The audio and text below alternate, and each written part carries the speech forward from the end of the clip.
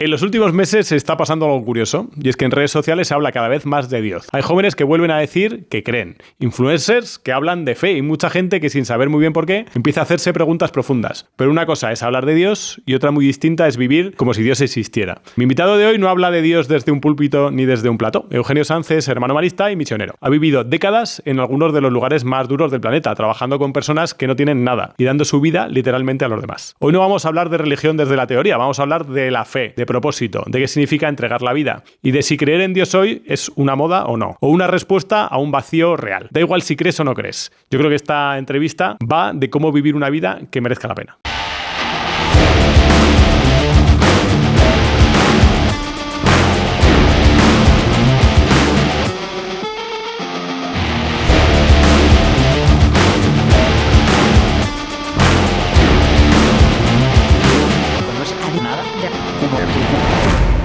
Eugenio, ¿qué tal estás? Pues aquí con los nervios nerviosos. No te preocupes. Oye, ¿cuál es la función principal de un hermano marista? Ser hermano. Yo soy hermano marista y llevo ya muchos años de ser hermano marista y todavía cuando alguien me llama hermano, todavía tengo mariposillas en el estómago porque te están definiendo al llamarte, hermano. A la vez que te están llamando, te están definiendo. Ser hermano es establecer una relación simétrica con las personas y de alguna manera a su servicio. Yo a veces a los chicos les digo, si yo fuera un cura me llamarías padre, ¿no? Entonces, si tú me llamas padre, yo a ti te tengo que llamar hijo, que ya es una asimetría, ¿no? Sin embargo, si tú me llamas hermano, yo a ti también te tengo que llamar hermano. Hay un crecimiento, entiendo, en la sociedad de necesidad de espiritualidad. Pero, ¿cómo está la religión? La católica. La religión católica en España y en países de Europa está pues, en horas bajas, en el sentido de los números. Los números. Lo que pasa es que es muy arriesgado definir algo en función de los números. Estamos muy acostumbrados a eso, incluso en la Iglesia. Pero, por ejemplo, un equipo de fútbol se mide por el número de socios que tiene o por el número de millones que tal, o un partido político por el número de votos. Todos son números, ¿no? En la Iglesia yo creo que estamos aprendiendo o tenemos ya muy asimilado que no se trata de números. En cuestión de números hemos estado mejor, pero en cuestión de calidad no lo creo. Yo creo que la gente que se declara, que se define, que se autodefine como cristiana en estos momentos, lo son de mucha calidad, de muchos quilates, por lo menos la gente que yo conozco. Hay mucha gente que dice, yo sí que creo en Dios, en mi Dios y tal, pero en la Iglesia, no. Sí, hay gente que lo dice, sí. Sí, me parece muy bien que lo diga, vamos, no me parece muy bien, pero la gente lo dice y pues ya hay que aceptarlo, ¿no? Hay que aceptar lo que eso tiene detrás, ¿no? Pero cuando dicen eso, en realidad lo que están rechazando es quizá una imagen de la Iglesia, pues a lo mejor más anterior, más dogmática, más metiéndose en la vida de la gente, ¿no? Quizá por eso. Pero bueno, que me da igual que lo digan. O sea, la gente puede decir lo que quiera, me da lo mismo. Lo que la gente diga no define las cosas, ¿no? Porque alguien o porque una corriente determinada o una ola de pensamiento lo diga. Las cosas son como son y no como otras personas o otra gente o la moda diga que son. ¿Qué es para ti la Iglesia? La Iglesia está muy claro, es el conjunto de las personas que creen en Jesús, que están bautizadas o no, bueno, sí, bautizadas, porque hay mucha gente que cree en Jesús y todavía no está bautizada o no ha dado ese paso, y que de alguna manera realizan el cielo. Si fuera un teólogo diría el reino de Dios, ¿no? Yo digo, el cielo. Tratan de realizar el cielo aquí en la tierra. Eso es la Iglesia. ¿Está vigente el mensaje de Jesús? Claro, está vigentísimo. De hecho, condiciona todo lo que nosotros ahora mismo entendemos por ético o moral. Incluso en países que oficialmente somos ahora como más laicos o no confesionales o tal, ¿no? Lo que nosotros consideramos bueno, ético y moral en España, por ejemplo, en países que no son de tradición cristiana, no es así. Vete a China y verás cómo no es, lo que es aquí, bueno, a lo mejor allí no lo es. Lo que aquí consideramos como, no sé, la humildad, esto que repiten mucho incluso los políticos, ahora vamos a ser humildes. Eso lo dices en China y es que se te ríen, se caen de risa, porque ser humilde allí, o en India, ser humilde es ser débil, ¿no? O sea, estamos llenos del mensaje de Jesús como sociedad, ¿no? El mensaje de Jesús, de alguna manera, ha construido nuestra manera de ser y nuestra civilización occidental. Dicen que una de las cuestiones vitales es encontrar el sentido, ¿no?, de tu vida. ¿Cuál es el sentido de la vida de un hermano marista? Bueno, no sé si te lo he dicho antes, con hermano, para mí es una palabra que me define mucho. Quizás no completamente al 100%, pero sí. Me define mucho.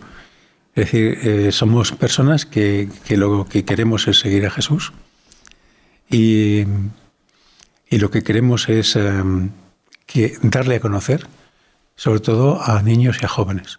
Esa es nuestra manera especial de ir por la vida, ¿no? Hay otros que se dedican más a los enfermos o sea, a las personas mayores o a escribir libros o a publicarlos. Nosotros, pues es más, primero ser nosotros seguidores de Jesús y después, de alguna manera, hacer partícipes de esto a los que se acercan a nosotros. Fíjate, en los colegios maristas, tú has sido alumno de un colegio marista, imagínate una familia que no quiere nada que ver con la religión, que no son, no sé, creyentes o alejados, llámalo como quieras. Esas personas no van a la iglesia nunca. No pisarán la iglesia y no bautizarán a su hijo y no lo llevarán nunca a la iglesia. Pero lo traen a nuestro colegio. A nuestro colegio sí lo traen. ¿Por qué? Pues debe haber algo, ¿no? Y ese algo, pues a lo mejor no está fácil de definir, pero a lo mejor tiene que ver con esto que hablábamos de los valores, ¿no? Unos ciertos valores, una cierta disciplina, no en el sentido de pegar con el látigo, sino en el sentido de esfuerzo personal, aprender a ser un hombre, una mujer en la vida, ¿no? Y nos traen a los niños al colegio. Tenemos los colegios llenos de hijos de personas que están alejadas o que están divorciadas o que no creen en nada y los traen. Yo a veces digo que la escuela es el octavo sacramento, sabes que hay 7, ¿no? Pues yo digo que la iglesia es el octavo sacramento, el lugar en el que de alguna manera se realiza el ideal que tienes. Tú tienes un ideal y eso se realiza, ¿sabes? Un sacramento es una cosa que se dice y se hace. Lo que dices de pronto pum, y se realiza, ¿no? Pues en la escuela es un poco así, yo creo. ¿Cuántos años estuviste de misionero? No, muchos, 30 años. 30 años. 30 años. Estuve 5 años en el Congo, entonces se llamaba Zaire. Luego estuve 10 años en Ruanda, al final de la guerra, genocidio. O sea, yo estuve allí 10 años de post-genocidio en Ruanda. Y luego he estado 15 años en Bangladesh, que es un país en el que no había ningún marista cuando nosotros llegamos. Llegamos allí con la maleta con 20 kilos que daban entonces las compañías aéreas y un saco de mano y con el rosario de mi madre en el bolsillo. Y un país nuevo, completamente nuevo, musulmán, con algunos hindúes y poquísimos cristianos, prácticamente nada. Esa ha sido mi vida, hasta hace 3 años y 4 meses en que me tuve que venir a España porque hubo un apagón, se me apagó el cuerpo y ya no daba para más y me tuve que venir a España y aquí estoy ya no sin posibilidades lógicas o de volver a un país de misión, ¿no? ¿Echas de menos Bangladesh y las misiones? Sí lo echas de menos, pero al principio me resultaba muy difícil. Me resultaba muy poco soportable incluso. Pero, bueno, una persona madura se supone que es una persona que acepta las cosas como vienen, que modifica las cosas o arregla las cosas que puede y las que no puede las acepta. Entonces yo he entrado ya, creo, o estoy entrando en esa categoría, ¿no? De las personas realistas que saben hasta dónde pueden llegar. De todas maneras, yo he llegado a España hace 3 años y medio. El primer año lo pasé entre médicos y tal y cual, y bastante desorientado porque aquí había cambiado todo. Vosotros no os dais cuenta, pero aquí vais muy deprisa, ¿no? Y entonces, luego ya, pues, me di cuenta de los maristas tenemos aquí en Madrid y en otros sitios proyectos sociales y tal, ¿no? Nosotros tenemos un proyecto que se llama Espiral y uno de los centros está en el barrio de Lavapiés, aquí en Madrid. Y fui a ver. Son emigrantes, hijos de emigrantes, con sus familias y tal y cual. Y resultaba, fíjate la casualidad, que el 80% eran de Bangladesh. Con lo cual llevo allí trabajando ya, yo me lo paso muy bien. Voy todos los días, unos días con los niños, otros días con las madres. A las madres les enseño español, con los niños hacemos los deberes, en fin, con situaciones muy, muy, muy extremas algunos, ¿eh? ¿Cuáles son las situaciones clásicas que te encuentras ahí de gente inmigrante aquí? Aparte de la pobreza y de la dificultad para pagar un alquiler en Madrid y de encontrar un trabajo con un contrato. Aparte de eso, que eso ya, bueno, eso todos, que ya lo damos por descontado, pues, por ejemplo, por parte sobre todo de las madres, una gran inadaptación a la realidad española. Porque son mujeres que salen muy poquito de casa, no interaccionan, son como un pequeño gueto, no hablan español o muy poco, y entonces los niños, sus hijos, están como un poco esquizofrénicos, es decir, cuando llegan a su casa se quitan los zapatos, porque en Bangladesh se quitan los zapatos a entrar en casa, entran en casa, es un mundo. Y cuando salen de allí, van al colegio y van con otros niños y tal, es otro mundo, es España. La España estándar, ¿no? Esos niños, en sus cabecitas, yo muchas veces me pregunto, si yo viviese así, yo estaría loco. O sea, yo me volvería loco. Ellos no se vuelven locos, pero tienen secuelas. Secuelas de ubicación, sobre todo cuando llegan a los 10, 12 y más años. Empiezan hacia los 10, 12 años, sobre todo las niñas, que se quieren poner una falda, que se quieren poner una manga corta, que se quieren poner... Y en su casa la madre poco menos que la mata, porque eso no se hace en Bangladesh, eso no está... maltrato infantil, maltrato dentro de la pareja, sobre todo machista, y luego pues problemas de papeleos, de que con la espada de Damocles continua de que te pueden repatriar o que el casero te puede echar de donde tú estás. Si no, ahora en Bangladesh están subiendo los alquileres muchísimo, se está convirtiendo en un barrio pijo, bohemio ahora. La gente va allí y estos están allí y no pueden pagar tanto como los otros. Entonces, algunos los echan simplemente porque hay otro que me paga más por esta habitación o por este piso. En fin, ese tipo de problemas. Problemas de abuso sexual también hemos tenido, problemas de otro tipo, esto ya no es un bangladeshi, pero problemas de niños, nos han traído un niño de un país africano, que es el niño salvaje de Jean-Jacques Rousseau, así, sin hablar, solo emitiendo grutos guturales, inadaptado completamente. La familia lo había mandado allí, ahora ha vuelto, el niño no hay manera de qué hacer con él, entonces nos lo traen allá y pues a ver qué hacemos con él, ¿no? Pues el niño está respondiendo, sobre todo a base de cariño y cariño y cariño, está respondiendo. En fin, es que cada niño es unos niños que tienen unos padres que son los dos sordomudos. Los niños no lo son, los niños hablan. Entonces, cómo esos niños reaccionan en su casa, a veces muy agresivamente. Esa agresividad la traen cuando vienen a nuestro centro. Cómo dulcificar eso, cómo hacerles creer en ellos mismos, cómo darles confianza. Es una labor preciosa y yo me lo paso muy bien allí.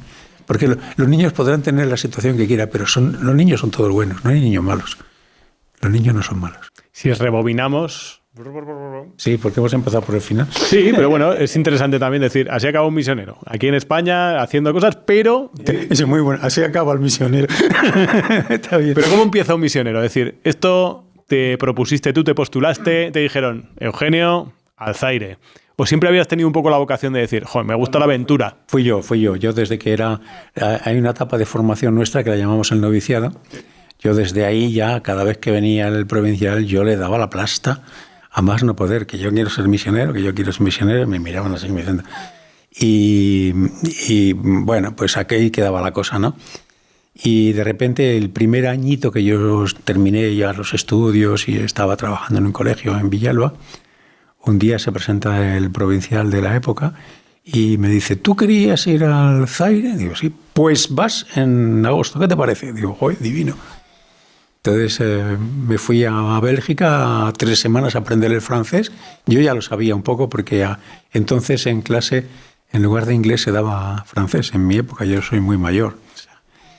Y pues nada, y de ahí me fui al Congo, al Zaire. ¿Y cuál era la misión que tenías allí? Allí era un colegio, digamos, estándar. Un colegio normal, un colegio desde los pequeñines hasta los más mayores. Y tenía la peculiaridad de que estaba, digamos, como en la frontera entre un barrio pudiente y un barrio que era todo lo contrario, en Binza, como dicen ellos. Y bueno, pues allí teníamos, era un punto de encuentro, el colegio era un punto de encuentro entre los niños bien, o sea, que tenían más posibles, y los niños pues, que venían sin zapatos al colegio. Y allí estuve 5 añitos, yo era muy joven, yo era demasiado joven, pero yo era casi un niño, ¿no? Y allí tuve que hacer una cosa que yo había jurado 1000 veces que no haría, que era encargarme de los deportes, pues lo tuve que hacer, porque era más joven y me dijeron, se partieron las cosas, tú haces tal, y tú los deportes. Digo, vaya hombre, pues ahí esa fue mi cruz, ¿no? De los deportes, porque es un mundo que no me ha entusiasmado nunca nada. Bueno, pues allí estuve 5 años, todo pendiente de una dictadura, que era la de Mobutu. Uh-huh.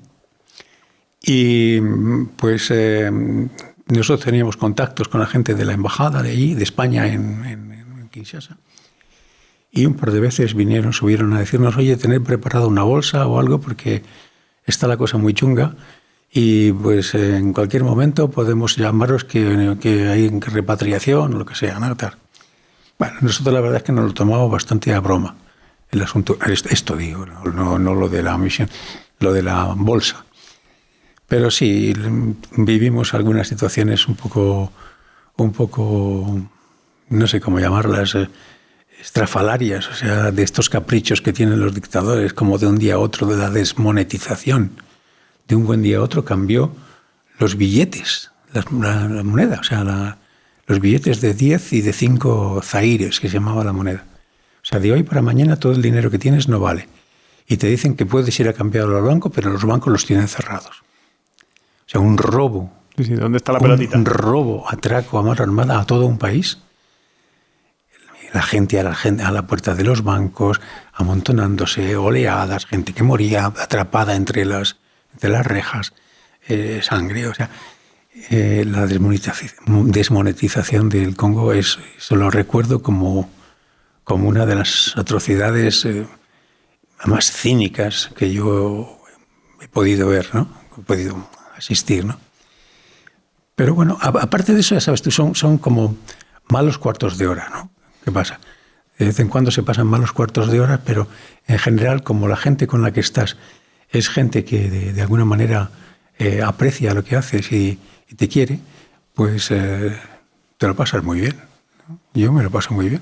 ¿Tú lo disfrutabas? Ese momento, o sea, que a veces no son momentos más chungos que comentas, sino los momentos... Yo he disfrutado toda mi vida. Yo soy un disfrutón. Yo me gusta mucho reírme, decir gracias, que reír las gracias de los otros, que me rían las mías. Yo me encanta esto, ¿no? Pero claro, llegan momentos que, joder, las pasas canutas. Algunas veces las pasas canutas. Del Zaire pasaste a Ruanda. A Ruanda. Que Ruanda, por ponernos en contexto, ¿qué momento era de Ruanda? Pues mira, el año 94 En el año 94, para los que estén viendo esto, que sean jóvenes, no se acordarán, pero en el año 94 en Ruanda hubo un genocidio, de los genocidios reconocidos del siglo XX, el último genocidio del siglo XX, contra los Tutsis. Y luego hay quien dice que hubo otro genocidio también de los Hutus contra los Tutsis en los campos de refugiados. O sea, un desbarajuste, un desastre total de humanidad, ¿no? Un fracaso de la humanidad. Yo recuerdo imágenes con los machetes. Terrible, terrible. O sea, era escalofriante. Era escalofriante. Y los hermanos nuestros y los colegios nuestros, que teníamos bastantes, pues lo mismo, igual que todo, ¿no? Entonces, ¿qué pasa? Pues que hay hermanos que mueren. ¿Hubo hermanos que fallecieron? Sí. Sobre todo hubo uno que no era ruandés, un hermano inglés, que además era de las autoridades de Roma, que fue allí a ver qué pasaba con nuestros hermanos y se lo cargaron también. Y no sabíamos qué había pasado con él. Y de hecho a mí cuando me manda el superior general, me propongo yo y el superior general me dice, vete. Mi primer desembarco en Ruanda fue para buscar a este hermano. Buscarle. ¿Y cómo empezaste a buscar? Junto con otro hermano que vive en España ahora, que se llama Descarga, y que vive ahora, creo que es en Logroño. Y bueno, con él era el jefe, yo iba de monaguillo, como tú comprenderás. Y estuvimos pues indagando, preguntando, mirando. Y eso fue mi primera llegada a Ruanda. Luego ya estando allí, ya el superior general nuestro pidió voluntarios para ir a ayudar. Entonces seleccionó, de todos los que se le presentaron, seleccionó a 8, a mí me seleccionó por lo guapo que era, y estuvimos 4 en el interior del país, en Ruanda, y otros 4 fueron a un campo de refugiados que había en terreno congoleño, que os sonará, son los famosos mártires de Bugobe, hermanos Servando, Julio, Miguel Ángel y Fernando. Entonces a mí me tocó en Ruanda. Yo tuve la suerte o la desgracia de caer en Ruanda. A estos de los refugiados se los cepillaron, les mataron a machetazos y les echaron a una fosa séptica. Y nosotros, pues no, estamos vivos, ¿no? Pero fueron años muy intensos. ¿Cómo vives esos asesinatos al otro lado de la frontera? Porque tú estabas en Ruanda, ellos estaban en el Congo. ¿Tú cómo lo vives? ¿Cómo fue la noticia? ¿Cómo lo viviste? Yo estaba en el colegio nuestro de Sabe. Sabe es el pueblo. Y no teníamos teléfono. Entonces yo me acuerdo que termino la clase a las 4:30 o así. Había estado en clase desde las 8 de la mañana, casi sin parar. Y de repente me viene un hermano de la comunidad de Butare, que está a 15 kilómetros, que ahí tenían teléfono. Y viene diciendo, oye, acaban de llamar, bueno, han llamado ya varias personas desde España, hablando así medio francés, diciendo si estáis vivos.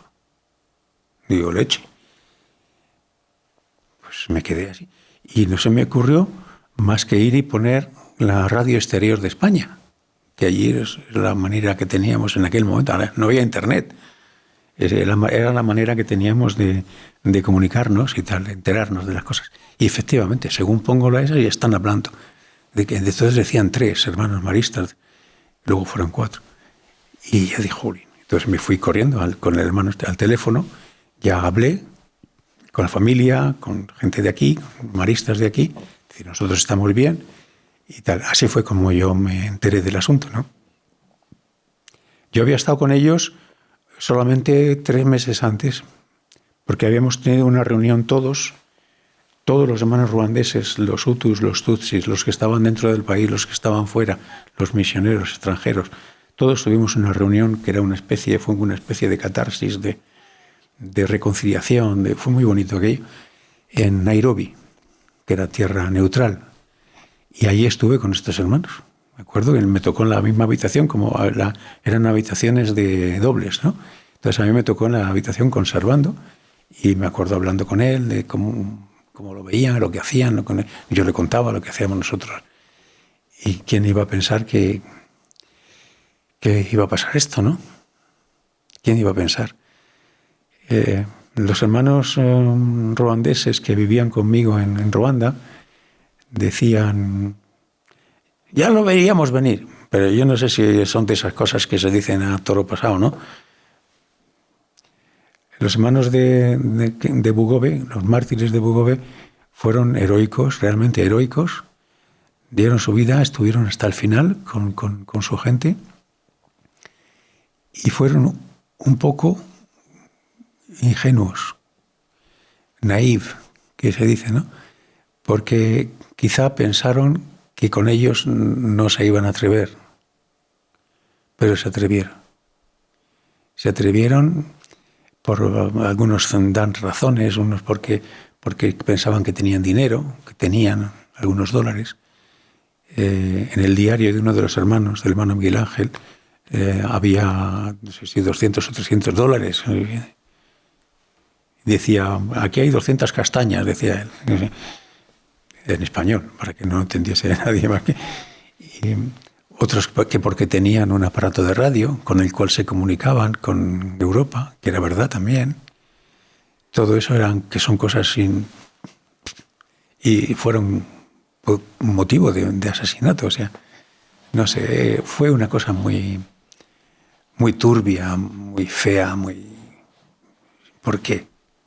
Porque te cargas a unas personas que habían tenido, fíjate, iba a decir los cojones, pero no lo digo, que habían tenido los huevos de poner un colegio en un campo de refugiados. Tú dime si hay una cosa más utópica que poner un colegio en un campo de refugiados, que es una instalación provisional, por definición, ¿no? En la que todo es provisional, en la que hay tiendas de campaña, la gente no tiene, hay promiscuidad, no hay lavabos, no hay... O sea, el desorden, padre, ¿no? Porque allí no hay nada. Los niños yo tuve niños en Ruanda que habían vivido en campos de refugiados y a estos niños lo que había que darles era rutina. Rutinarísima. O sea, a las 8 esto, a las 8:15 esto. Y que no había nada que molestase o que turbase la rutina.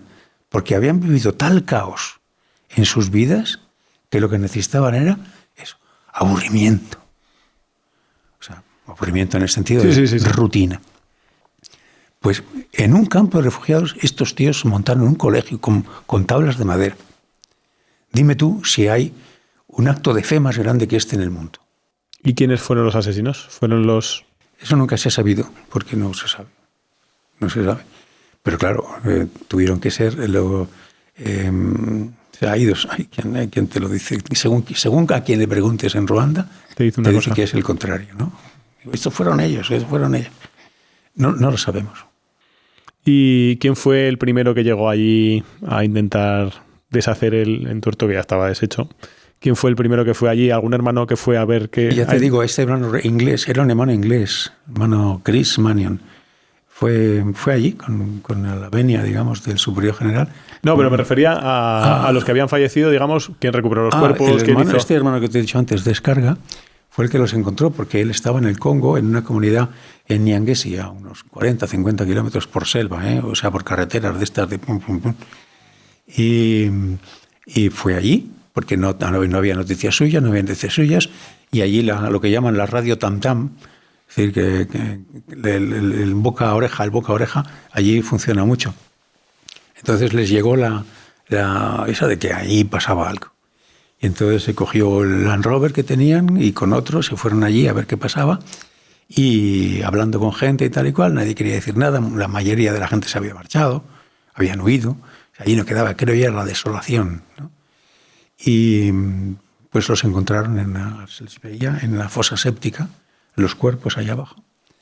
Entonces este hermano, para sacarlos, tuvo que hacer, porque si bajaba por una fosa séptica hecha, o sea, cavada en tierra, que si bajabas allí con un andamio, una escalera o con una camilla o con algo, o con cuerdas, se te podía caer todo y quedarte tú allí. Entonces se tuvo que hacer una auténtica obra de ingeniería, un pozo paralelo, y calcular a qué altura estaban, y luego hacer un túnel, y por ese túnel sacarlos, y los sacó. Los cadáveres estaban en muy mal estado, después de unos días, aunque estaban bastante bien conservados porque estaba fresco aquello, ¿no? pero los cuerpos a machetazos, ¿no? Entonces los enterraron. A mí el embajador de España en Tanzania, que era también el embajador en Ruanda, vino y yo estuve con él en Kigali, en la capital de Ruanda, incluso en la frontera con el Congo, y no hubo manera de sacarlos. Entonces los enterraron allí mismo en el Congo, están enterrados allí. Con el tiempo les han hecho una cosa ya más con cemento y tal, con sus nombres. Pero de primera los enterraron, como quien dice, y les pusieron una cruz de madera, ¿no? Un momento de atención. ¿Quieres echarme una mano y seguir viendo gente como esta en el canal? Si quieres que siga trayendo invitados como el que estás viendo, interesantes, y que te expliquen cosas sobre cómo no morir de éxito, suscríbete al canal, es gratis. ¿Cuál es la visión desde la fe cristiana de este hecho? Es decir, tú eres hermano marista... Pues mira, es el amor. O sea, se dice, no hay amor más grande que dar la vida. No hay amor más grande que dar la vida. Si tú eres capaz de dar la vida por alguien es porque la quieres con locura, ¿no? Yo tengo un hermano que dice que si amas, estás dando poder a otro sobre ti, ¿no? Dios hace eso. Dios nos ama tanto que nos ha dado poder sobre Él y podemos hacer con Él lo que queramos. Y estos hermanos amaron tanto que dieron a otros poder sobre ellos, hasta dar la vida por ellos. No hay amor más grande que dar la vida por... Esto que es una frase chula, a mí me viene grande, como tú comprenderás. A mí me viene grande. Pero es la verdad. O sea, yo me quito el sombrero delante de estos 4 hermanos que, pudiendo haberse ido, porque tenían un coche, le dieron el coche al cura y a las monjas que estaban por allá. Llevaros el coche, que vosotros corréis peligro. Y ellos pensaban que no corrían peligro. Les dieron el coche a los otros y se fueron. Y les dejaron allí. Y vinieron a matarles. O sea, dime un amor más grande que esto.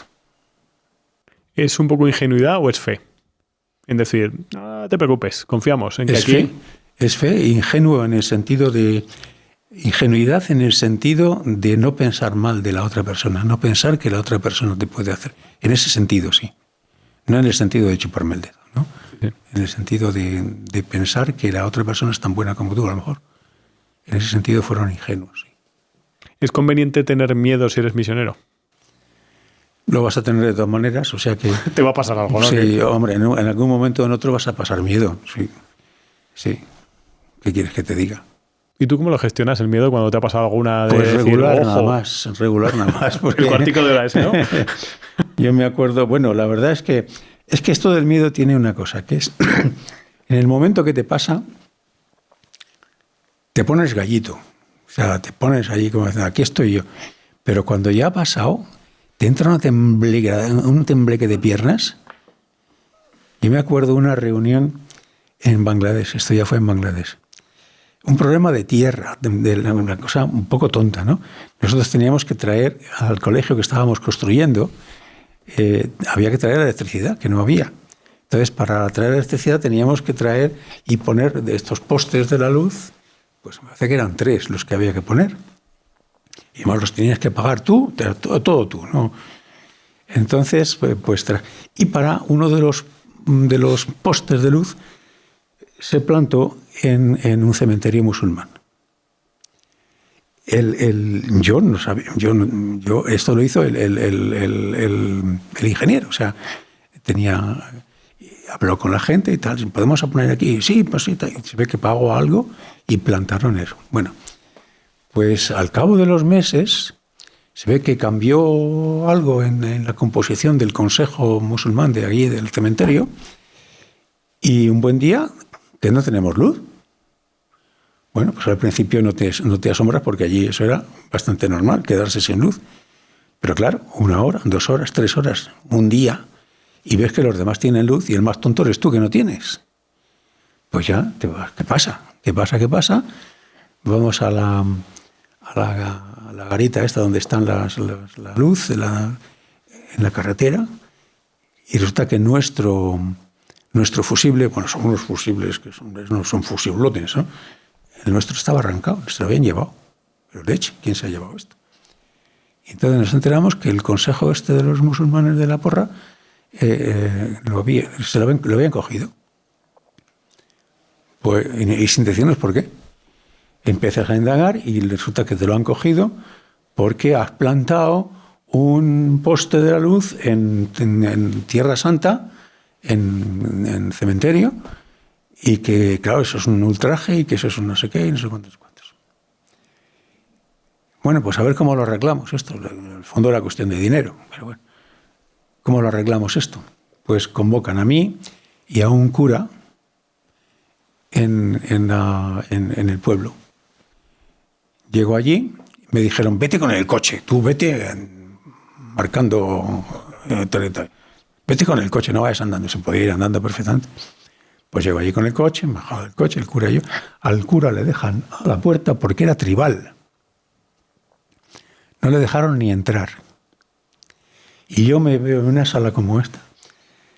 Yo sentado aquí, pequeñito, con 20 musulmanes uyures, con sus barbas, con sus narices, con sus tupis, y todos con cara de malo de película del oeste, y empiezan a decirme pues todo esto, que somos unos sacrílegos porque hemos puesto allí, porque hemos puesto no sé cuántos. Y yo allí solo, y el cura a la puerta que no podía entrar. Y yo con mi poco bangla, el bangla es la lengua de allí, pues allí defendiéndome como podía. Y venga, y dale. Y yo allí digo, de aquí no salgo. Tuve un poco de miedo. Pues al final empecé a decirles, pues gracias a nosotros, el pueblo porque todos los padres de los chicos que vienen aquí se compran aquí la comida y les traen aquí y compran aquí la ropa y la gasolina y todos le estamos favoreciendo a su pueblo, y luego encima salen ustedes en internet, porque yo tenía un blog, y salen ustedes en internet, no sé qué. Y ya me miraban así como diciendo, total, al final llamaron al alcaldillo de allí, de la zona, que estaba más bien de su parte, pero bueno. Y después de escuchar a mí, escuchar a todo el mundo, cogen un papel y escribe 50.000 tacas de la moneda de allí, el equivalente a unos 500 euros. Me lo enseña a mí, como diciendo, ¿qué? Digo, sí, 500 euros. Se lo enseña al otro tal, dice que sí, y así se arregló. Al día siguiente les pagué 500 euros, pero me volví a casa con una temblona que me fui al lavabo, ¿eh? A nada más llegar, lo primero que hice, corriendo, porque es que me iba por la pata abajo. Que tuvimos aquí hace ya meses a Luis del Moral, que es general de brigada de la Guardia Civil, y montó la primera unidad de helicópteros de la Guardia Civil. Dice, y tuvo que aprender a manejar un helicóptero y demás. Y nos contaba esto precisamente. Dice, no, cuando te pasa algo de esto, pues la adrenalina está presente, y se le metió, mientras estaba pilotando el helicóptero, se le metió un buitre en el rotor. Uy. Y se acercaba a la pared, casi se estrella, no sé qué. Y dice, no, ahí estábamos tal. El problema fue cuando nos fuimos a tomar el cortado, cuando nos bajamos del helicóptero, nos tomamos un cortado y nos temblaban las piernas, literal a todos. Se te aflojan los nervios y tal. Sí. ¿En Ruanda hubo algún momento de tensión? Sí, un par de ellos. Uno fue cuando fuimos preguntando por este hermano inglés que habían asesinado, al que habíamos ido a buscar, y andando llegamos hasta el general en jefe del ejército ruandés, que no era Kagame, que es ahora, era otro, un tal Kabarebe, que luego ha seguido durante mucho tiempo y tal. Y este tío tenía una cara de mala leche, y era joven, ¿eh? Y estaba ocupando un chalet que pertenecía a alguien que había muerto, que es de los que se habían cepillado. Ahí estaba el tío viviendo como un pachaco, una piscina, y entramos allí, el hermano descarga y yo. Y empezamos a preguntarle por el hermano Chris Manion. Y el tío nos miraba, no decía nada. Cuando hablas con un tío y el tío no reacciona es cuando más te acojonas, porque no sabes qué es lo que está pasando allí, ¿no? Después de hablar un buen rato, el tío dice, en un país en el que han muerto 1 millón de ruandeses, ustedes vienen aquí a preguntarme por un blanco. ¿No tienen ustedes vergüenza? Digo, este tío, de aquí no salimos. A la puerta se nos habían metido unos niños con metralleta, nos habían metido la metralleta en el coche. Y la habían sacado porque le dimos un cigarrillo. Y le cogimos la escopeta y le dejamos, decir, un niño que se te va a disparar. Y le dimos un cigarrillo y se marchó tan contento. Pero las pasamos de Aquilo aquel día. Y de aquella salimos diciéndole, mire usted sí, pero usted a lo mejor no sabe que, claro, este hermano que ha matado llevaba $10.000. Y el tío hizo así, como los tebeos, ¿no? Porque a él no le habían dicho nada de los $10.000. Con lo cual dice, date, eso nos salvó un poco la cosa, porque le habíamos dado una información que él no tenía, y yo me imagino que al pobre que tenía los $10.000, ese se la cargó, ¿no? O sea, cambia el valor de la vida de cuando estás aquí en España, cuando estás en estos países. Sí, es una manera muy diferente de contemplar la vida, no la muerte. La muerte es más natural en aquellos países, más natural en el sentido de más parte de la vida. Aquí en España una muerte es como no sé, como muy trágico, como muy... no sé, la gente tiene mucho miedo de morirse y tal, ¿no? Allí se contempla la muerte como, pues eso, el fin de la vida. Se ha muerto, pues ya está.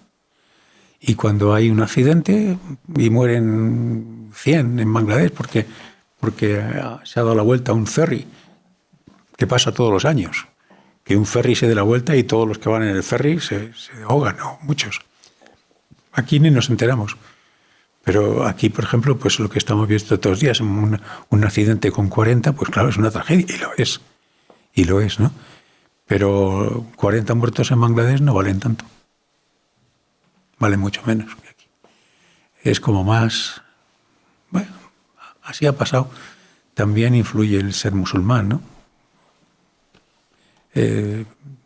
Este abandono, esta especie de fatalismo, ¿no?, que tiene el musulmán, es la voluntad de Allah, inshallah.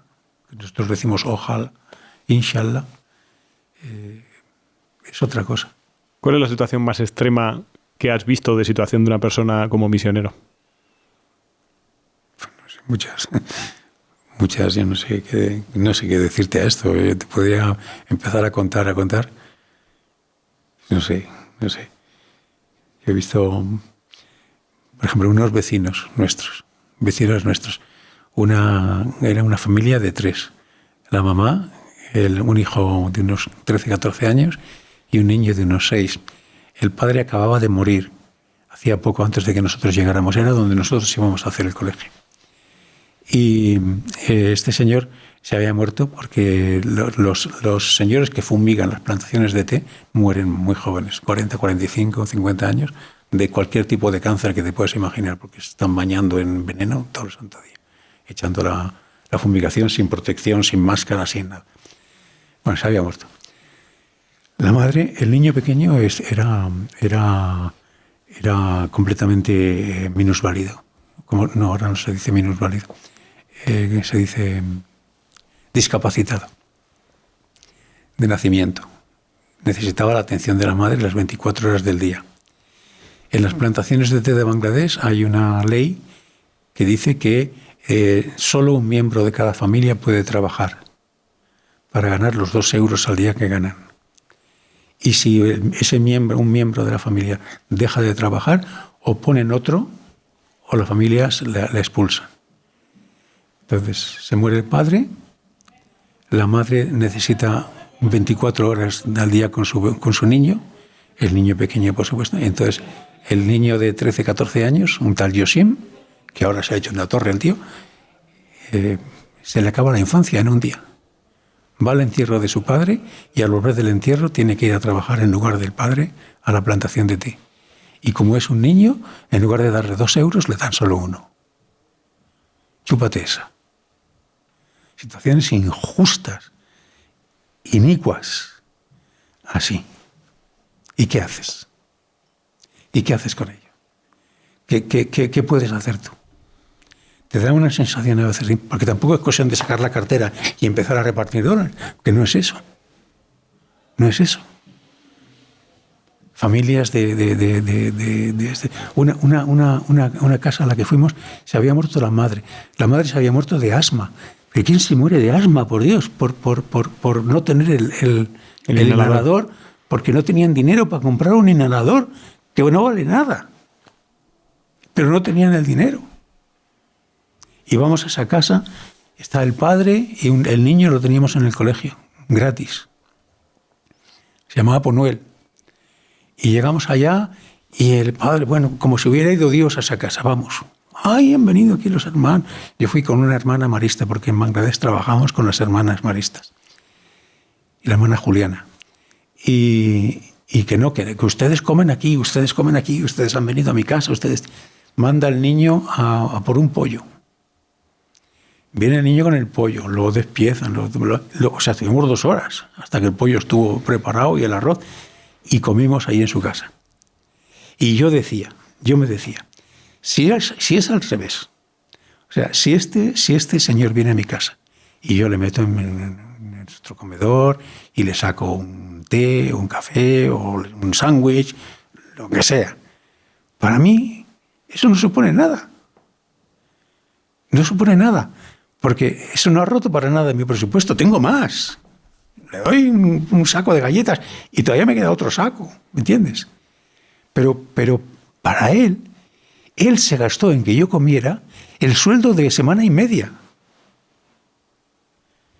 ¿Tú te imaginas que tú vienes a mi casa y yo te saco algo que vale 800 euros? ¿En qué cabeza cabe? Pues en su cabeza cabe. O sea, los pobres nos evangelizan. Situaciones de estas que casi te da vergüenza, porque es que casi se te cae la cara de vergüenza. ¿Yo cómo me voy a comer este pollo? Pero es que si no te lo comes, le estás ultrajando, ¿no? De alguna manera.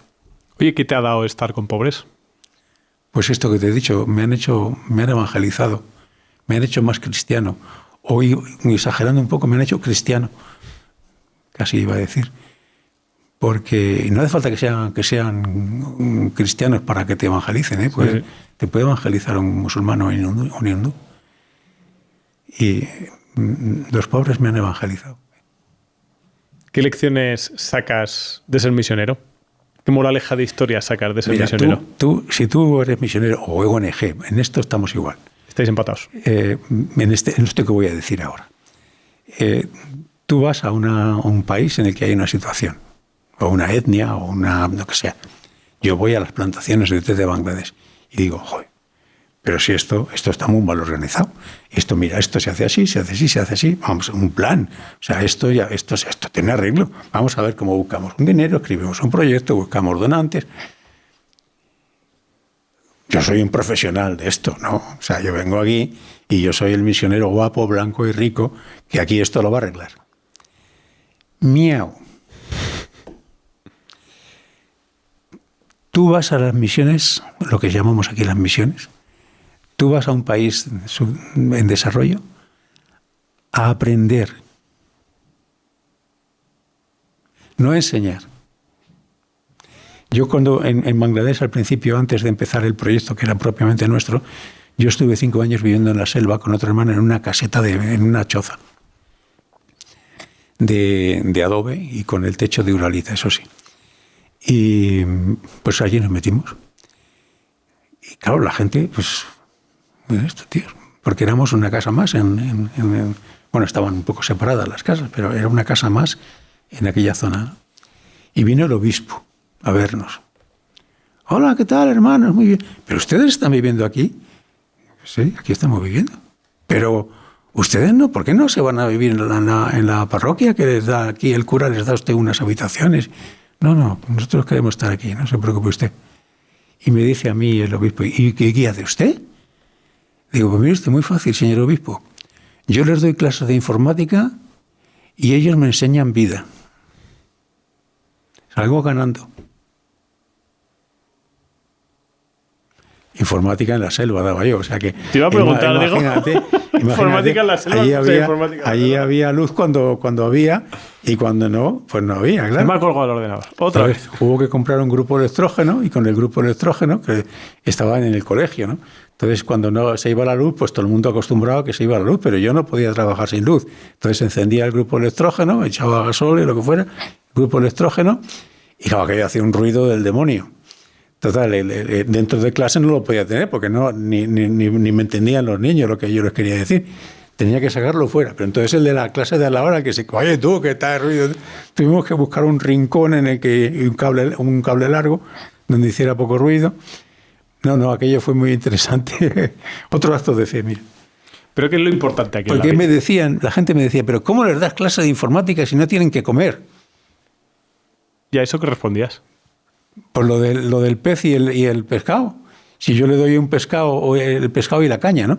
Si yo le doy un pescado a este señor, porque tiene mucha hambre, hoy come el pescado y mañana vuelve a tener hambre. Pero si le enseño a pescar, pues será capaz de pescar en sus propios peces, ¿no?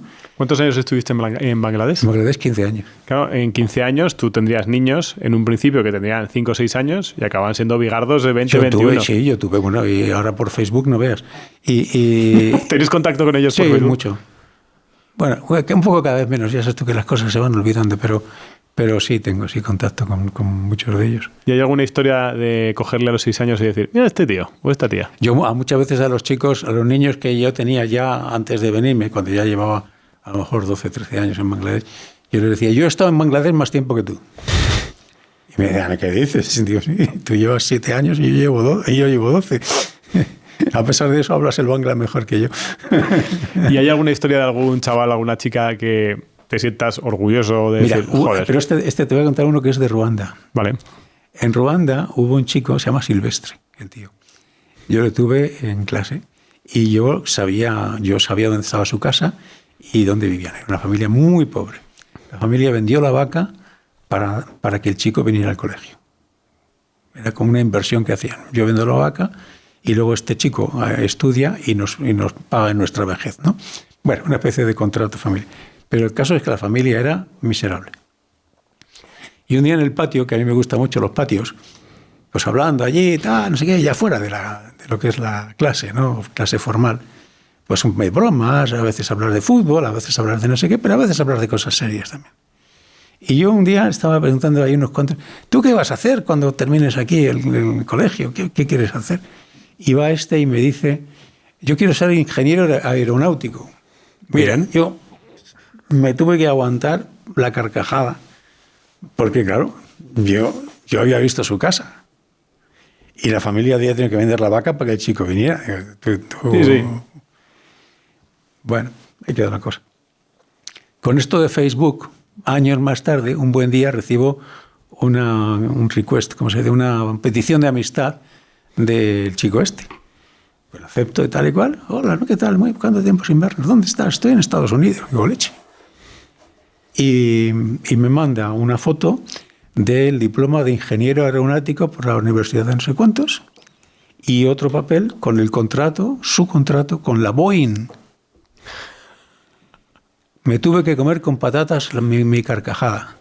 Y yo ahí aprendí a no tomarme a chunga los sueños de un niño. No hay que tomarse a chunga los sueños de un niño, ¿no? Nunca.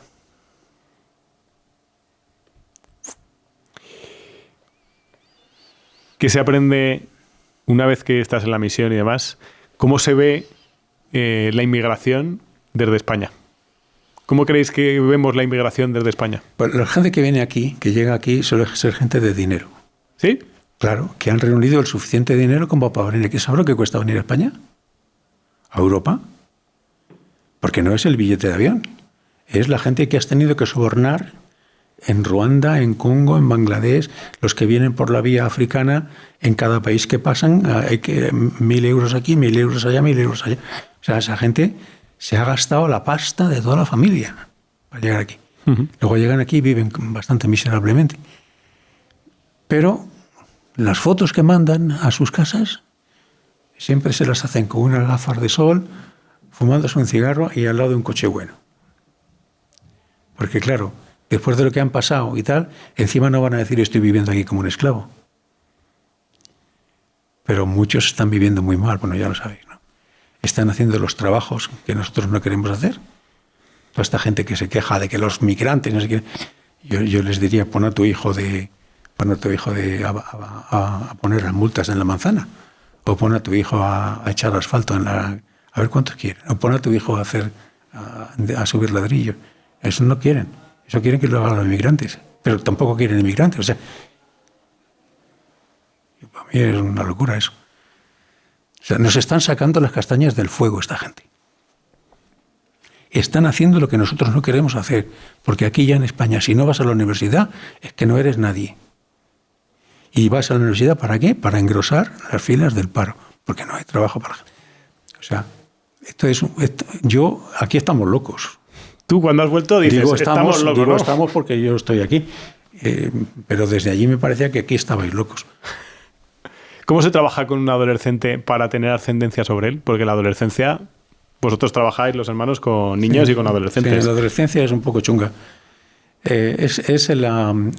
La clave es ser tú mismo, o sea, tú, profesor, ser tú mismo y ser bueno. O sea, que primero tienes que ser una persona bien, con valores, una persona legal, como dicen ellos, un máquina, como dicen ellos, y ser como eres. Es decir, no jugar un papel de teatro de tal, ¿no? Ser muy auténtico, muy de verdad con ellos y quererles. Quererles. No a base de darles besitos, quererles. Que eso enseguida lo notan los chavales, enseguida notan si les quieres o no. ¿Cómo se quiere a un adolescente? ¿Cómo se quiere a un adolescente? Queriéndole, o sea, con el corazón, ¿no? Nosotros tenemos una cosa que es educar con el corazón y educar al corazón. Y eso no, yo no sé explicártelo. Eso lo tienes dentro, ¿no? Eso lo tienes dentro. O sea, este chico, este niño, esta niña, este adolescente que tienes aquí, yo le quiero. O sea, yo soy capaz de darme por él, por ella. En clase, fuera de clase, teniendo mucha paciencia, no echándole la bronca, lo que ellos dicen, de echar una bronca cuando le has dicho, oye, y dicen, me ha hecho una bronca. O sea, es amor. No sé, ¿tú cómo quieres a tu hijo? Pues, ¿me lo puedes explicar? No. Queriéndole, ¿no? Yo esto lo veo mucho en estos niños de lavapiés. Estos niños de lavapiés tienen un olfato para quien les quiere y para quien no les quiere, finísimo. ¿Ah, sí? Oh. Y entonces cuando les quieres se sienten a gusto contigo y ya está. Una vez que están a gusto contigo, ya está. Ya lo tienes ganado. Ya has ganado su interés, ya has ganado su aprecio y ya está, ya lo tienes. Ahora un día se podrá cabrear contigo, porque tiene días buenos y días malos, pero en general ya lo tienes en el bote, entiéndeme la expresión. Uh-huh. No quiero meter en el bote a nadie. Lo digo en el sentido de ya has establecido. Has establecido la relación. Un vínculo. Y en eso consiste la educación. O sea, hay que generar vínculo. Si no hay vínculo, es muy difícil llegar. Muy difícil, no. Un profesor no es un transmisor de contenidos. No es solo un transmisor de contenidos. Es un transmisor de valores y de vida. ¿Cómo anda de vocación España? ¿De vocaciones a qué? Vocación a hermanos, a... Oye, volvemos a lo de los números de antes. Números, pocos. Hemos estado mejor. Pero si me preguntas cuántos maristas hay ahora en España, maristas, no hermanos maristas, te diré más que nunca. ¿Sí? Sí. Tenemos más gente comprometida con los valores maristas que nunca lo hemos tenido antes. Tanto entre el profesorado, que cuidamos muchísimo, que formamos muchísimo, como entre animadores, como quizá fuiste tú, que son gente benévola, o sea, en el sentido de voluntarios, que vienen pues porque quieren, ¿no? Porque les atrae eso. Padres de familia. Tenemos cantidad de gente que se llaman maristas ellos. A mí me llamó la atención mucho Tuvimos el año pasado una reunión que era de hermanos. No, era para todos, para gente, maristas en general, en Logroño, en un pueblo que se llama Lardero, que está al lado de Logroño. Y nos habíamos traído pues, a un cura que nos echara los discursos, y en fin, que dirigiera el cotarro. Y llegó, y la primera charla que nos dio dice: vengo boquiabierto, porque me han traído desde Madrid un matrimonio, no voy a decir los nombres, pero ellos lo saben quiénes son, un matrimonio que trabajan en lo marista, ¿no? Uh-huh. Y cuando veníamos hablando y tal, ellos siempre hablaban porque nosotros los maristas, o sea, hablaban de lo marista con el pronombre nosotros. O sea, identificados, ¿no? Entonces, me preguntas cómo estamos de vocaciones. Fenomenal. ¿Cómo estamos de vocaciones a hermano marista? Pues mal. Y yo creo que tiene que ver un poco con... ¿Cómo estamos de matrimonios en España? Mal. Fatal. ¿Cuántos de los que se casan se divorcian? ¿O cuántos ni siquiera se casan? Porque es que espanta. La palabra para siempre espanta. Da espanto, da miedo, da repelús. Estamos en un mundo que es así ahora, ¿no? Y ya pasará. Si Dios quiere. Y si no, pues no pasará. Pero ahora mismo da espanto el sí quiero, que sea como matrimonio o como sacerdote o como lo que tú quieras. El sí quiero para siempre da un repelús que se le ponen los pelos así a todo el mundo. ¿Queréis conocer un poquito más cómo se cocina a morir de éxito? Pues meteros en la pestañita de comunidad, porque ahí hablamos precisamente de quiénes son los siguientes entrevistados, os preguntamos cuáles son las preguntas que tenemos que hacerles. Meteros en la pestaña y conozcámonos un poquito más. ¿Qué supone el sí quiero de ser hermano marista? ¿Cuáles son? Fidelidad. Es decir, yo he sentido, no sentimiento en el sentido de sentimiento, yo he sentido con el corazón que era llamado a esto, ¿no? Y lo he sentido. Y he dicho que sí, que vamos a ello. Y vamos a ello con todas las consecuencias, ¿no? En las buenas, como dice en el rito del matrimonio, en el dolor y en la enfermedad, en esa formulita que tiene, que es muy bonita. Yo así lo entendí. Que luego vienen momentos malos, pues claro. Que vienen momentos fenomenales, pues también. Pues en unos y en otros, tú aquí quieto.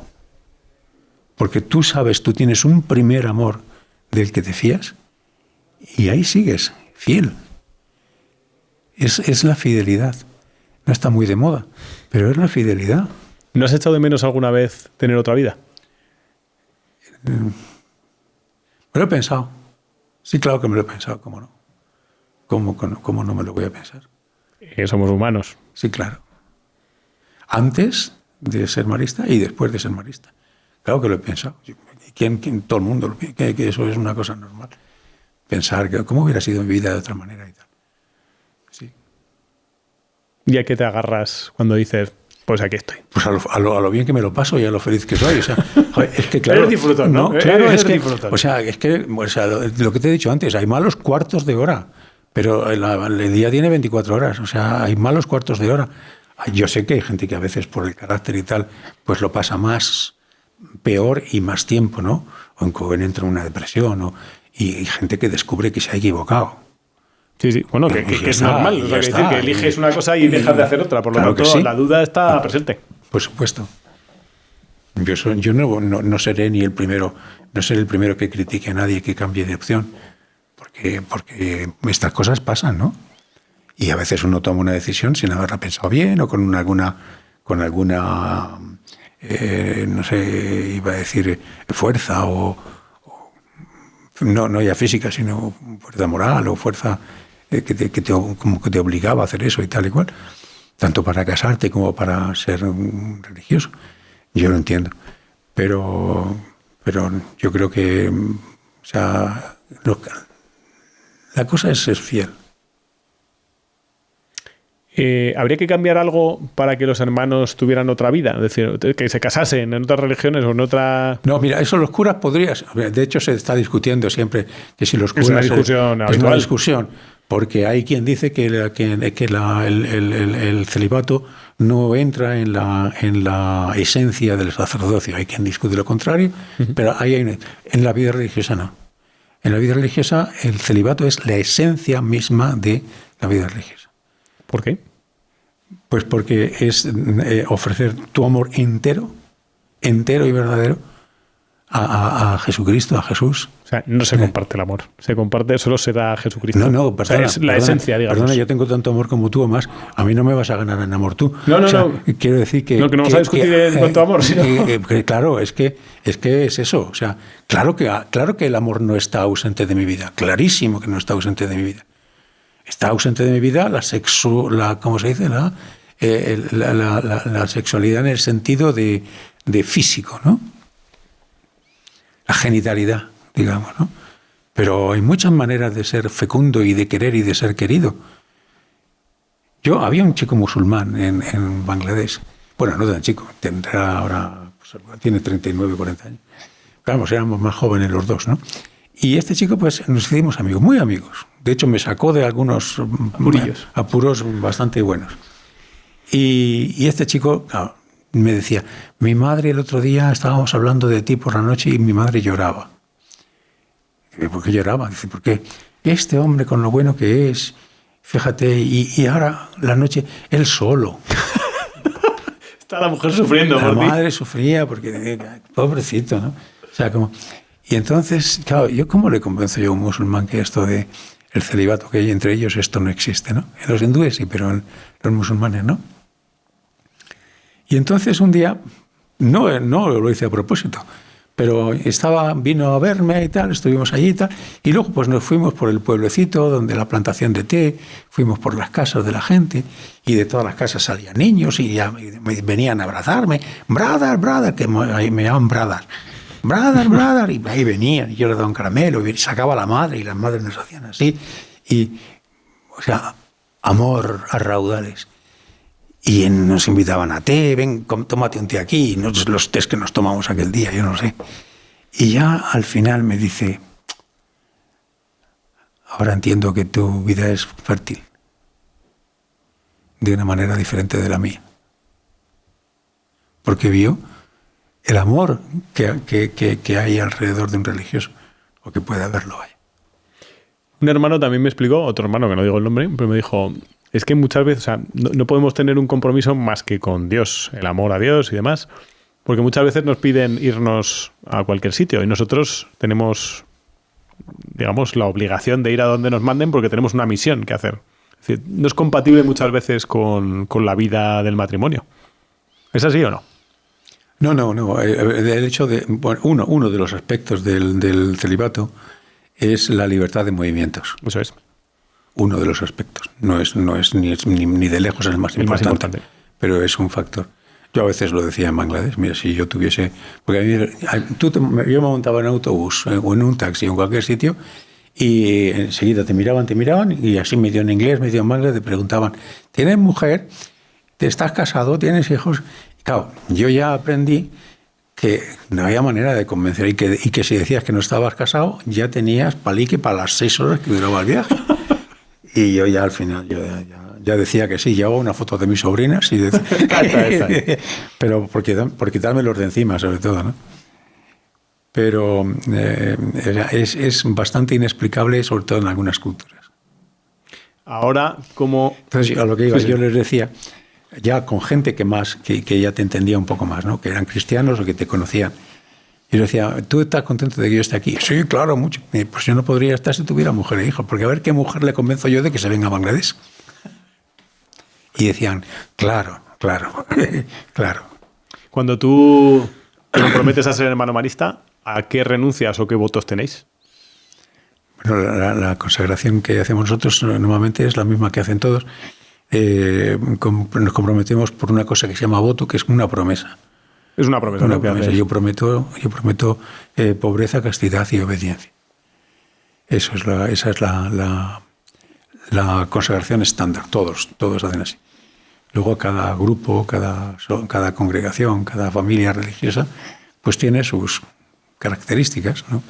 Que le hacen más o menos único o le hacen más o menos diferencial con respecto a otros, que sea por la misión que hacen o por el espíritu que tienen.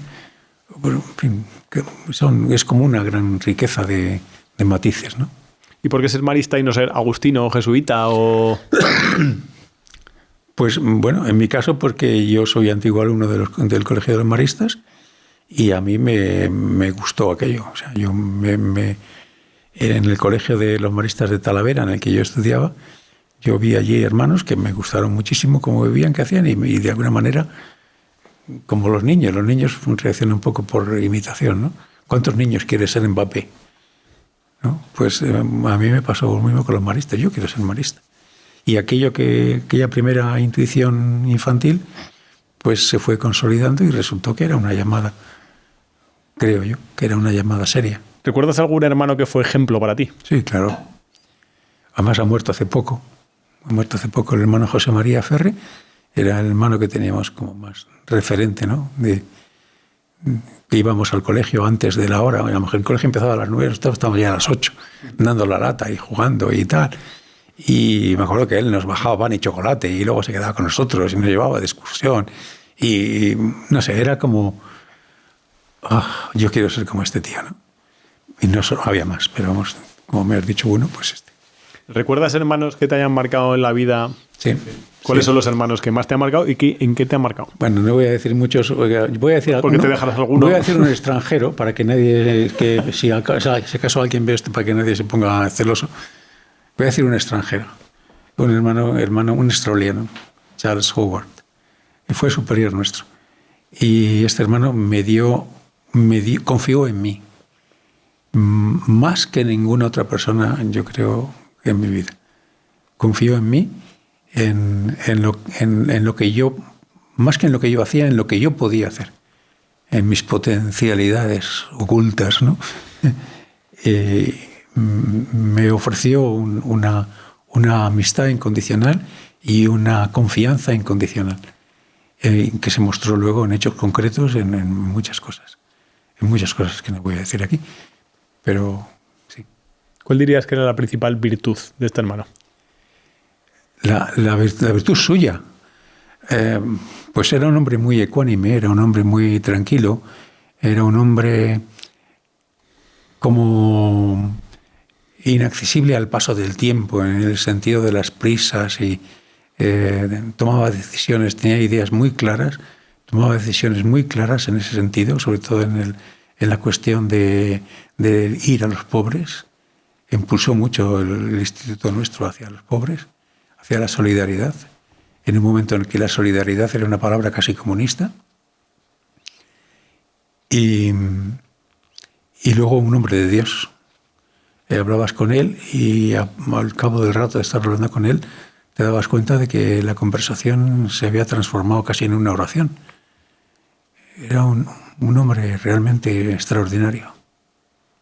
Me venía a la mente cuando estabas diciendo, este hombre me ayudó a potenciar ciertas cosas mías, me subrayó de alguna manera. ¿No tiene que ver eso un poco también con la educación, lo que tiene que ser un profe? Exacto, eso es. Yo a veces digo que un educador, un buen educador es un catalizador. Los que sabemos química, no sé si tú, un catalizador es una sustancia que la pones en un tubo de ensayo y la reacción, que tú habías puesto dos cosas en el tubo de ensayo, aquello no, ni para atrás, nada. Pones un catalizador y de repente la reacción se hace, tiene lugar. Y luego vas y quitas el catalizador y el catalizador sale tan fresco, como si nada hubiera pasado. O sea, es una persona que provoca que las cosas pasen, pero sin ser él el que lo ha hecho. Ha hecho hacer, ha potenciado que otros... Sí, como que ha generado el contexto para que eso se dé. Exacto. Pero no ha participado de manera... Un educador es un catalizador. Un educador, un profesor, una profesora, un monitor, en un patio de un colegio, es un catalizador. Cuando él está allí, solo, no hace falta que haga nada, ni que diga nada, solo que esté y que los chicos le vean, montones de cosas malas que podrían pasar, no pasan. Y si no está, pues pasan. chicos que se pegan, chicos que no sé qué. Si hay una figura allí, digamos, que simplemente está, esas cosas no pasan. ¿Eso no es un poco la presencia? Exacto. En el lenguaje nuestro antiguo, bueno, también moderno, decíamos la pedagogía de la presencia. Ser un catalizador. ¿Cuál es tu mayor satisfacción como educador y misionero? Es que me preguntas la mayor, yo qué sé, la mayor. Yo he tenido muchas satisfacciones, pero no sé, la de ver chicos que, por ejemplo, en Ruanda, chicos que lo habían pasado realmente mal durante la guerra y el genocidio, chicos y chicas que lo habían pasado realmente mal, porque habían sido ellos mismos soldados, porque habían matado gente, porque habían visto morir a su familia, porque habían matado a su madre delante de ellos, porque la habían violado a la chica, porque había estado en un campo de refugiados, que hemos hablado antes. Gente que estaba así, en esas circunstancias, y que ofreciéndoles calma, ofreciéndoles sentido del humor, ofreciéndoles una presencia tranquila, no amenazadora, de repente se rehacen, cambian, salen adelante y resultan ser brillantes, incluso académicamente. Gente que resulta brillante y que un buen día te escriben desde Nueva York diciendo que son un personaje. Eso tiene que ser un gustazo absoluto. Oye, es que es eso tiene que ser un subidón de decir, madre mía, qué alegría. Fantástico. Qué alegría haberme equivocado. Pero no hace falta llegar a tanto. Yo ahora tengo en Bangladesh un chico que terminó con nosotros y que también en una situación familiar fatal, ¿no? Y me escribe diciendo que es contentísimo porque se ha hecho el examen para la policía y ha entrado en la policía. Pues lo mismo, o sea, ¿qué más me da que sea un científico, que sea un policía, si esta persona se ha realizado en su vida, ¿no? Eso es lo que está pretendiendo. Ser un instrumento, ser el lápiz de líneas torcidas con las que Dios escribe derecho. Eso es. Ser educador es muy bonito. Y ser hermano es muy bonito. Es una de las cosas más bonitas que hay en el mundo. Que aquí, Morir de Éxito, damos un consejo al siguiente entrevistado. ¿Qué consejo le darías tú al siguiente entrevistado que no conoces de nada? Sin saber quién es. Sí. Yo qué sé, por Dios. Yo sé, a mí lo que me ha funcionado es tomarse la vida con humor, ser fiel, aunque vengan cuartos de hora malos, ser fiel a lo que tú piensas, lo que tú crees, a lo que tú estás convencido que tienes que ser. Sé fiel, y sé fiel contento, sin amarguras. Aunque la vida tenga a veces ratos malos y feos, tómatelo con humor, si puedes, y tira para adelante. Sé fiel. ¿Tienes algo? Decía la Madre Teresa de Calcuta, sí, que lo importante no es tener éxito, sino ser fiel. Y yo esa la frase la tengo yo aquí metida. Porque, claro, tu programa se llama... Morir de éxito. Iba a decir matar de éxito. Morir de éxito. Pues ser fiel. ¿Cómo? Repíteme la frase. ¿Lo importante? Lo importante no es tener éxito, sino ser fiel. Lo encontrarás por ahí en internet, está por todos lados. La Madre Teresa de Calcuta. ¿Qué es el éxito para ti? Porque esto se llama Morir de Éxito y a toda la gente le pregunto. Lo acabo de decir, la fidelidad. La fidelidad. Aparte de eso, están los éxitos, digamos, de segunda categoría, ¿no? Que es como esto que te contaba, pues tener el gustazo de que alumnos o chicos o chicas que han pasado por tus manos, digamos, se han realizado como personas en sus vidas y son felices y han hecho de sus vidas una cosa bonita y una flor estupenda. Eso es qué exitazo, ¿no? O yo he ido a Bangladesh con una mano detrás de otra y buscando dinero a derecha e izquierda he construido un colegio. Bueno, digo en primera persona no, casi en primera persona, porque me lo encargaron a mí y me pasé la mitad del tiempo solo. O sea que me escuerné buscando dinero por todos lados, incluido en España. Y yo, eso es mi colegio. O sea, eso también lo podría yo decir, ¡jo! Que me he hecho un colegio.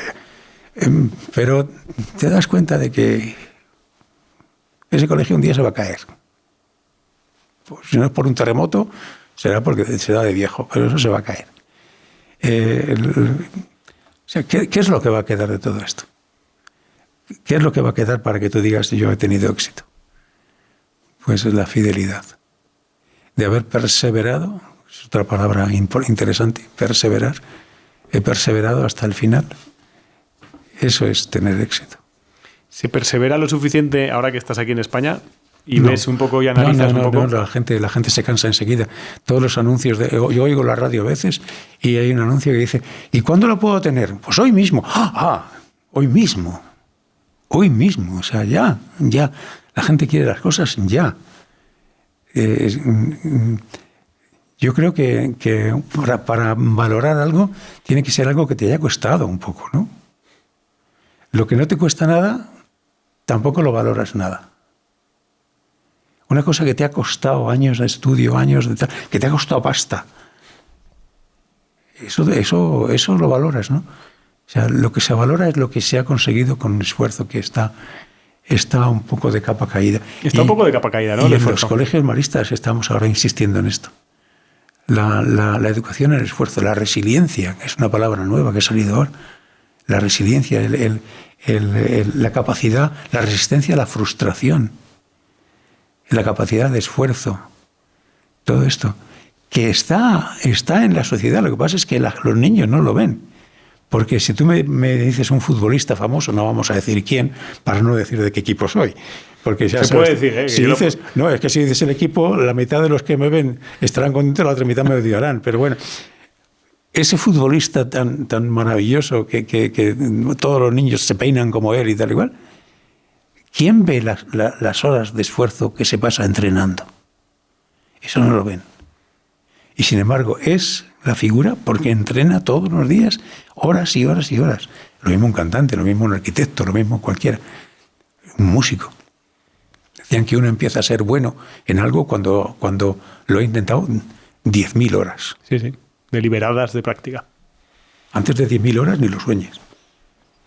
Sí, además escuchaba, tienen que ser 10.000 horas y añadió uno, de mejora continua. O sea, no pueden ser 10.000 horas por hacerlo. No de repetición. Tienen que ser de estudio, de mejora continua y demás. Exacto. ¿Qué le da a un niño el esfuerzo cuando es mayor? Es decir, cuando un niño se esfuerza, ¿qué le da de mayor? La satisfacción de haber logrado algo en la vida, yo creo. Esa self-satisfaction, no sé cómo dice en español, el autocomplacencia, de decir qué bien estoy conmigo mismo, ¿no? La satisfacción de Satisfacción, autosatisfacción. ¿Sí? ¿Qué le faltan a los niños españoles? ¿Qué tendríamos que hacer los padres con los niños españoles que no estamos haciendo? Y tú lo ves. Darles menos cosas hechas. Que eso se está insistiendo ahora, ¿eh? Yo que estoy un poco en la formación de profesores que están en los colegios maristas, cuando vienen a nuestro colegio durante 3 años siguen una formación, tienen que leer, hay reuniones, hay charlas y tal. Y una de las cosas que se está hablando mucho es esto, precisamente. El no dar las cosas hechas, darles instrumentos para que las puedan hacer. Yo muchas veces también les digo a los chavales, en la vida lo que importa no es el cómo, sino el por qué. Si sabes el cómo, si sabes el por qué, el cómo lo encuentras en Internet. Pero, vamos, estoy exagerando un poco. Sí, ¿no? no, pero te entiendo. Tienes que saber por qué. Y una vez que sabes el por qué, tira para adelante. ¿A ti te vino la vocación en buena parte también de la familia? ¿En tu familia había vocación? Sin duda. ¿Cómo era tu familia? Una familia muy cristiana. Mi padre y mi madre, y luego fuimos 12 hijos. 12 hijos. Y yo era el mayor. Y ¿Tú eras el mayor? Yo soy. Bueno, lo sigo siendo, claro. Sí. No me ha adelantado ninguno. Y sí, un ambiente muy cristiano, muy, muy propicio a la espiritualidad y a la religión. Sí. ¿Ha habido más vocaciones en tu familia? Sí, ha habido más. Uh-huh. Sí, tengo varios hermanos que son consagrados también. ¿Qué decía tu padre con respecto a mi madre? ¿O tu madre? Mi madre, yo le iba diciéndole a una vecina, tengo un hijo que es hermano marista, una hija que es monja, dos hijos que son curas, y los demás ya pues son normales. Que a nosotros nos encanta la gratuidad, o sea, la gratitud. Por eso te doy las gracias. Pero ¿tú a quién le debes más gracias en tu vida? Pues has nombrado familia, a mi familia le debo muchísimo. A mi familia le debo muchísimo. Y seguramente cuanto más viejo me haga, más me voy a dar cuenta de lo que les debo. Pero luego también ha habido muchas personas, te he nombrado antes un hermano australiano, te podía nombrar muchos más, pero yo si tengo que dar gracias ahora sí, con mucho, mucho, mucho corazón, es a todos las familias y las personas, antiguamente decían pobres, ahora se dice vulnerables, con las que yo me he cruzado en mi vida, porque me han hecho más hombre. Más hombre en el sentido de más persona, no en el sentido machista. Más persona, más humano y más cristiano. El contacto con los pobres me ha evangelizado. ¿Recomiendas a la gente que tenga contacto con los pobres? Absolutamente. Absolutamente. Yo cada vez que me lo preguntan lo digo. Tú hazte un voluntariado. De lo que te venga mejor, de lo que te pille más cerca... De lo que si puedes 1 hora a la semana, pues 1 hora a la semana. Sal de tu casa. Sal de tu zona de confort, que se dice ahora. Haz algo gratis por alguien que no te pueda pagar. Esto es importante, ¿no? Claro. Haz algo gratis por alguien que no te pueda pagar y hazlo con cariño y con una sonrisa. Verás cómo te cambia la vida. Ojo, recordatorio, todos los domingos a las 4 de la tarde tenemos una nueva entrevista de Morir de Éxito, con historias sorprendentes del éxito, con gente que ha encontrado su propósito a través de planes de acción y medidas reales. Nada de cuentos, no te lo pierdas. Me apunto muchas frases porque me gusta hacer un poco lo que más me ha resonado. O sea, me gusta ir recopilando un poco las frases que más me han resonado. Tengo aquí unas cuantas, que es, si amas, empoderas al que amas, o sea, le das poder al que amas, ¿no? Esa es una. Lo importante no es tener éxito, sino ser fiel. Uh-huh. Y me quedo con esta última, que haz algo gratis por alguien que no te pueda pagar. Esto es anti... No sé qué decir. Sí. En esta sociedad en la que vivimos, decir eso es... Sí. Pero, no sabes los conceptos básicos de marketing, Eugenio. Es muy antisistema. Eres un poco antisistema con esta frase. Yo, pobre de mí, más quisiera. Pero va contra la corriente, ¿no? Es un poco de contracorriente. Sí, lo que he dicho, sí. Lo que hago, a lo mejor no tanto, pero... Lo que he dicho, sí, va contracorriente. Alguien te podrá decir, estos son más tontos, son más inocentes. Sí, claro que sí. ¿Qué le decimos? Bueno, aparte de no hacerle caso, pero ¿qué le dirías? Pues que nada, que encantado de conocerle. ¿Qué le voy a decir? No le voy a convencer. Yo no me gusta convencer a la gente. A veces de bromas y tal, me enroco en discusiones más, casi siempre humorísticas. Pero una persona que me viene en serio y que con una idea muy contraria o muy... con una cierta animosidad o con un poco de desprecio, o que yo no... Bueno, pues tú lo piensas así, pues estupendo, me encanta. Encantado de la vida. Imagínate que se acerca... Yo trabajo con gente así en allí donde voy, en el centro, y la gente, yo formo parte de una cosa que se llama la Mesa de Bangladesh en Madrid, en el Ayuntamiento de Madrid, y allí son gente que están en mis antípodas, de todo tipo, ¿no? En todos los tipos de todos los aspectos que te puedas imaginar. Y pues encantado de la vida, vamos a trabajar juntos. ¿Qué podemos hacer juntos? Eso vendría bien en la sociedad en la que vivimos, ¿no? Pues claro. Ese ánimo de decir, oye, vamos a hablar, vamos a ver si construimos algo. La diversidad también está bien, oye. La diversidad, que haya diferentes cosas, está bien. Pero yo no soy mucho de enzarzarme en polémicas, no. En cosas serias, ya te digo, en bromas, sí, en bromas puedo multiplicar por horas una discusión simpática y chunga y un poco así churrigueresca. Eso sí lo puedo hacer. Pero en cosas serias no. Antes sí, ahora ya no. Imagínate que se acerca un hermano joven a ti, dice, Eugenio, hostia, tú que has vivido misiones y demás, tengo dudas de irme de misiones, de... ¿Qué le dirías? Cuando una persona te pregunta que tiene dudas acerca de esto, hay que decirle que sí, porque esa duda quiere decir que sí que quieres ir. Y me lo estás preguntando para que te diga. Para confirmárselo, sí. ¿No? Claro.